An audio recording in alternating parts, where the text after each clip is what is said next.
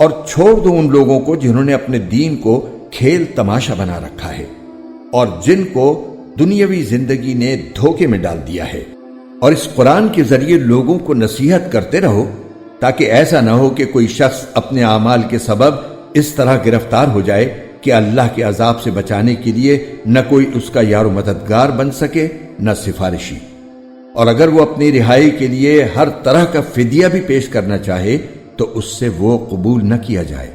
چنانچہ یہی دین کو کھیل تماشا بنانے والے وہ لوگ ہیں جو اپنے کیے کی بدولت گرفتار ہو گئے ہیں۔ چونکہ انہوں نے کفر اپنا رکھا تھا، اس لیے ان کے لیے کھولتے ہوئے پانی کا مشروب اور ایک دکھ دینے والا عذاب تیار ہے۔ اے پیغمبر، ان سے کہو، کیا ہم اللہ کو چھوڑ کر ایسی چیزوں کو پکاریں جو ہمیں نہ کوئی فائدہ پہنچا سکتی ہیں نہ نقصان؟ اور جب اللہ ہمیں ہدایت دے چکا ہے تو کیا اس کے بعد بھی ہم الٹے پاؤں پھر جائیں اور اس شخص کی طرح ہو جائیں جسے شیطان بہکا کر صحرا میں لے گئے ہوں اور وہ حیرانی کے عالم میں بھٹکتا پھرتا ہو، اس کے کچھ ساتھی ہوں جو اسے ٹھیک راستے کی طرف بلا رہے ہوں کہ ہمارے پاس آ جاؤ؟ کہو کہ اللہ کی دی ہوئی ہدایت ہی صحیح معنی میں ہدایت ہے، اور ہمیں یہ حکم دیا گیا ہے کہ ہم رب العالمین کے آگے جھک جائیں، اور یہ حکم دیا گیا ہے کہ نماز قائم کرو اور اس کی نافرمانی سے ڈرتے رہو، اور وہی ہے جس کی طرف تم سب کو اکٹھا کر کے لے جایا جائے گا، اور وہی ذات ہے جس نے آسمانوں اور زمین کو برحق پیدا کیا ہے، اور جس دن وہ روز قیامت سے کہے گا کہ تو ہو جا تو وہ ہو جائے گا، اس کا قول برحق ہے، اور جس دن سور پھونکا جائے گا اس دن بادشاہی اسی کی ہوگی۔ وہ غائب و حاضر ہر چیز کو جاننے والا ہے، اور وہی بڑی حکمت والا پوری طرح باخبر ہے۔ اور اس وقت کا ذکر سنو جب ابراہیم نے اپنے باپ آزر سے کہا تھا کہ کیا آپ بتوں کو معبود بنائے بیٹھے ہیں؟ میں دیکھ رہا ہوں کہ آپ اور آپ کی قوم کھلی گمراہی میں مبتلا ہیں۔ اور اسی طرح ہم ابراہیم کو آسمان اور زمین کی سلطنت کا نظارہ کراتے تھے، اور مقصد یہ تھا کہ وہ مکمل یقین رکھنے والوں میں شامل ہوں۔ چنانچہ جب ان پر رات چھائی تو انہوں نے ایک ستارہ دیکھا، کہنے لگے یہ میرا رب ہے۔ پھر جب وہ ڈوب گیا تو انہوں نے کہا میں ڈوبنے والوں کو پسند نہیں کرتا۔ پھر جب انہوں نے چاند کو چمکتے دیکھا تو کہا کہ یہ میرا رب ہے، لیکن جب وہ بھی ڈوب گیا تو کہنے لگے اگر میرا رب مجھے ہدایت نہ دے تو میں یقیناً گمراہ لوگوں میں شامل ہو جاؤں۔ پھر جب انہوں نے سورج کو چمکتے دیکھا تو کہا یہ میرا رب ہے، یہ زیادہ بڑا ہے۔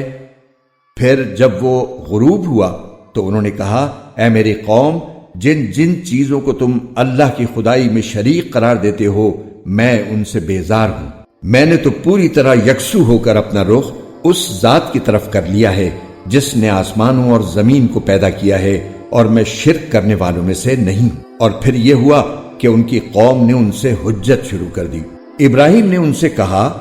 کیا تم مجھ سے اللہ کے بارے میں حجت کرتے ہو جبکہ اس نے مجھے ہدایت دے دی ہے؟ اور جن چیزوں کو تم اللہ کے ساتھ شریک مانتے ہو میں ان سے نہیں ڈرتا کہ وہ مجھے کوئی نقصان پہنچا دیں گی، الا یہ کہ میرا پروردگار مجھے کچھ نقصان پہنچانا چاہے تو وہ ہر حال میں پہنچے گا۔ میرے پروردگار کا علم ہر چیز کا احاطہ کیے ہوئے ہے۔ کیا تم پھر بھی کوئی نصیحت نہیں مانتے؟ اور جن چیزوں کو تم نے اللہ کا شریک بنا رکھا ہے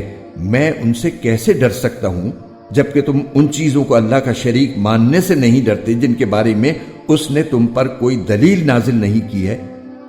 اب اگر تمہارے پاس کوئی علم ہے تو بتاؤ کہ ہم دو فریقوں میں سے کون بے خوف رہنے کا زیادہ مستحق ہے۔ حقیقت تو یہ ہے کہ جو لوگ ایمان لے آئے ہیں اور انہوں نے اپنے ایمان کے ساتھ کسی ظلم کا شائبہ بھی آنے نہیں دیا، امن اور چین تو بس انہی کا حق ہے، اور وہی ہیں جو صحیح راستے پر پہنچ چکے ہیں۔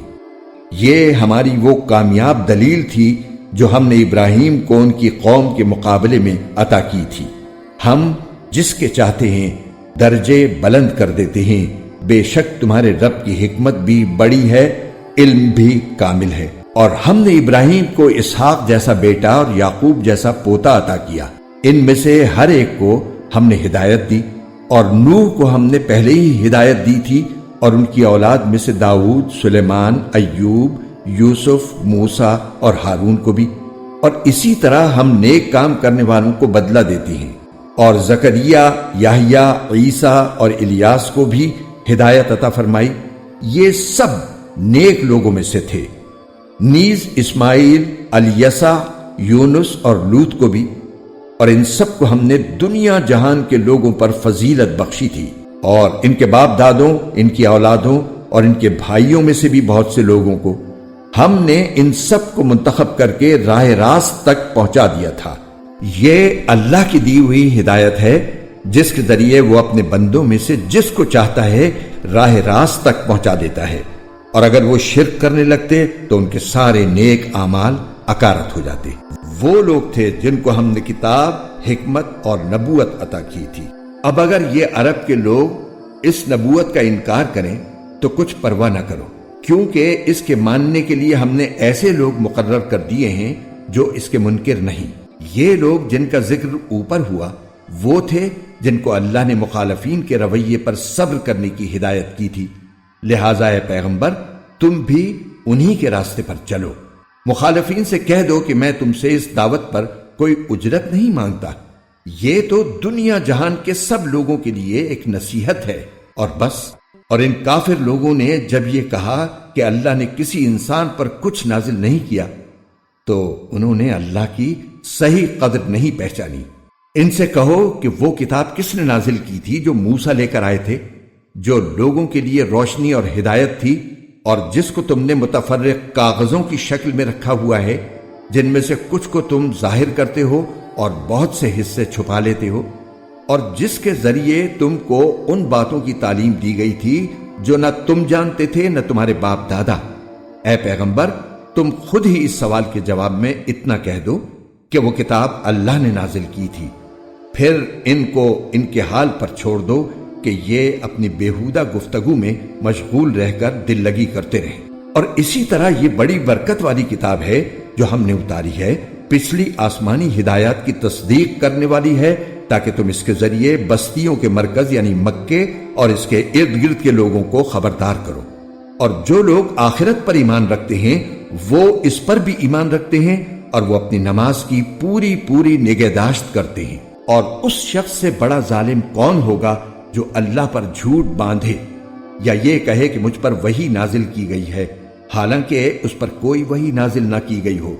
اور اسی طرح وہ جو یہ کہے کہ میں بھی ویسا ہی کلام نازل کر دوں گا جیسا اللہ نے نازل کیا ہے۔ اور اگر تم وہ وقت دیکھو تو بڑا ہولناک منظر نظر آئے جب ظالم لوگ موت کی سختیوں میں گرفتار ہوں گے اور فرشتے اپنے ہاتھ پھیلائے ہوئے کہہ رہے ہوں گے کہ اپنی جانیں نکالو،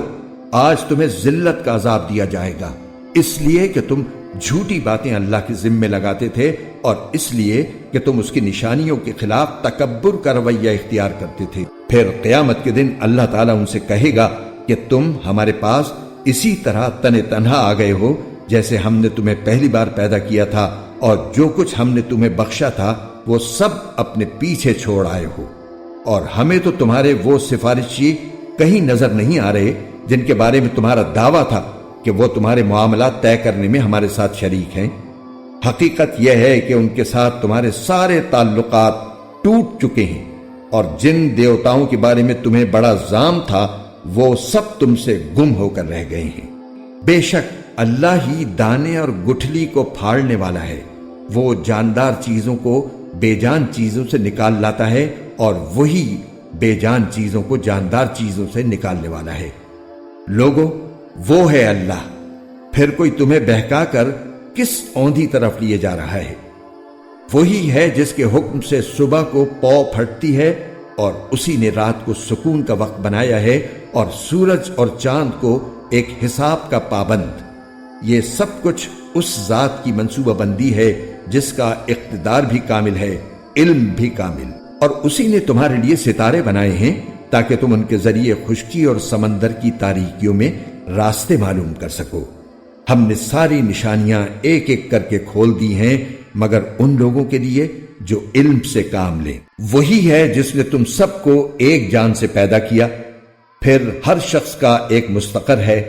اور ایک امانت رکھنے کی جگہ۔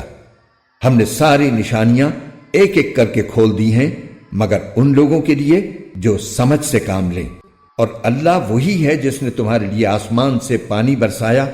پھر ہم نے اس کے ذریعے ہر قسم کی کونپلیں اگائیں۔ ان کونپلوں سے ہم نے سبزیاں پیدا کی جن سے ہم تہ در تہ دانے نکالتے ہیں، اور کھجور کے گابھوں سے پھلوں کے وہ گچھے نکالتے ہیں جو پھل کے بوجھ سے جھکے جاتی ہیں۔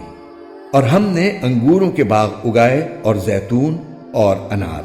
جو ایک دوسرے سے ملتے جلتے بھی ہیں اور ایک دوسرے سے مختلف بھی۔ جب یہ درخت پھل دیتے ہیں تو ان کے پھلوں اور ان کے پکنے کی کیفیت کو غور سے دیکھو۔ لوگوں، ان سب چیزوں میں بڑی نشانیاں ہیں